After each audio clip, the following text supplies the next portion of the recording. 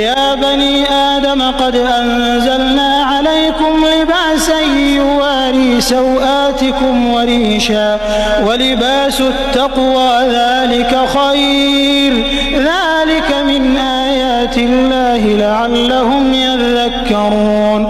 يا بني آدم لا يفتننكم الشيطان كما أخرج أبويكم من الجنة ينزع عنهما لباسهما ليريه